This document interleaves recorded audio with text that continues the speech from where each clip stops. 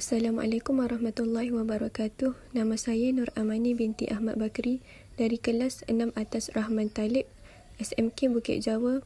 Nama guru penasihat saya ialah Puan Samihah.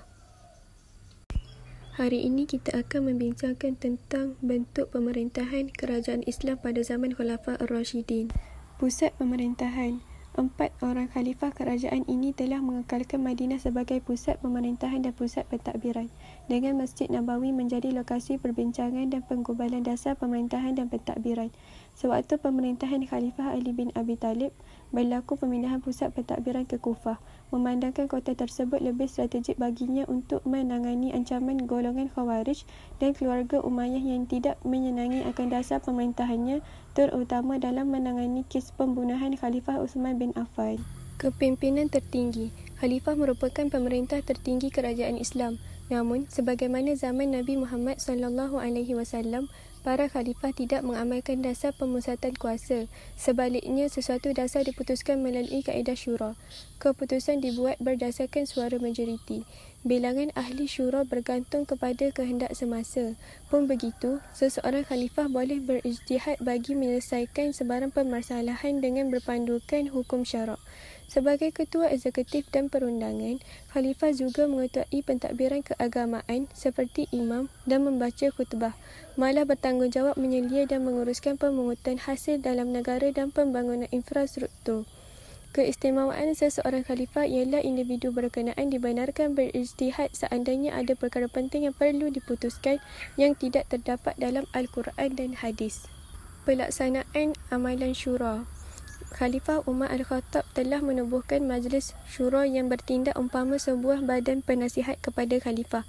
Ahli atau anggota syura dilantik dari kalangan para sahabat yang berpengalaman. Segala dasar negara berkaitan pentadbiran, ekonomi sosial diputuskan melalui musyawarah demi kepentingan bersama. Pelaksanaan amalan syura ini telah diperluaskan ke peringkat pentadbiran wilayah, malah demi memastikan setiap warga negara menyumbangkan idea-idea bermakna. Khalifah Umar Al-Khattab pernah menyatakan, tidak khalifah tanpa musyawarah dan bukanlah individu yang berproduktif seandainya gagal menyumbangkan apa-apa idea demi kepentingan bersama. Penubuhan jabatan atau diwan. Terdapat pelbagai jabatan pada masa ini bagi memastikan sistem pentadbiran berjalan dengan lancar. Antara jabatan-jabatan yang ditubuhkan ialah Baitul Mal, pengurusan tanah, kehakiman dan ketenteraan.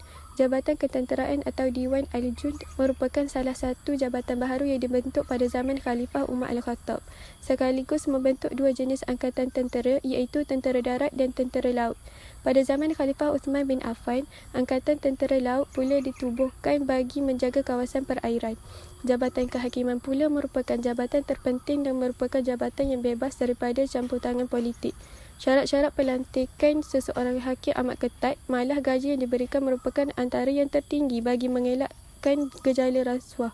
Antara individu yang pernah memegang jawatan utama pada zaman ini ialah Khalid Al-Walid sebagai Panglima Agung sebelum digantikan dengan Abu Ubaidah, Ali bin Abi Talib sebagai penyelia tawanan perang, dan Abu Ubaidah juga pernah ditugaskan sebagai penjaga kunci Baitul Mal pada zaman Khalifah Abu Bakar. Pentadbiran wilayah. Pemerintahan dan pentadbiran di peringkat wilayah wujud ekoran daripada kejayaan-kejayaan yang dicapai dalam ekspedisi ketenteraan. Pada zaman pemerintahan Khalifah Abu Bakar, negara Islam telah dibahagikan kepada 10 daerah, iaitu Mekah, Taif, Yaman, Hadramaut, Khalwan, Al-Jud, Najran, Zabid, Bahrain dan Jarsh, namun diperluaskan kepada 8 wilayah utama sewaktu pemerintahan Khalifah Umar Al-Khattab.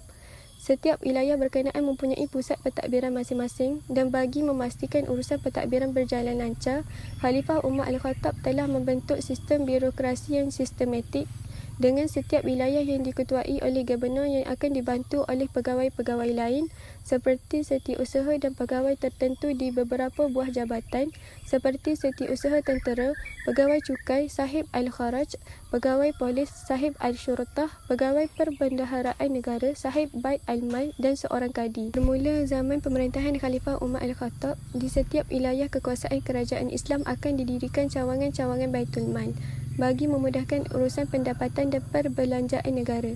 Laporan kewangan wajib dihantar setiap tahun bagi memastikan tidak berlaku sebarang penyelewengan.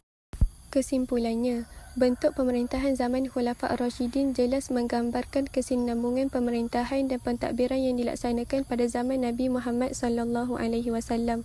Pun begitu, perubahan mula dilakukan dari semasa ke semasa bermula zaman Khalifah Umar Al-Khattab dan Khalifah Uthman bin Affan berikutan wilayah kekuasaan Islam kini semakin melebar hingga ke Asia Tengah, Utara Afrika dan persisiran Laut Mediterranean. Sekian, terima kasih.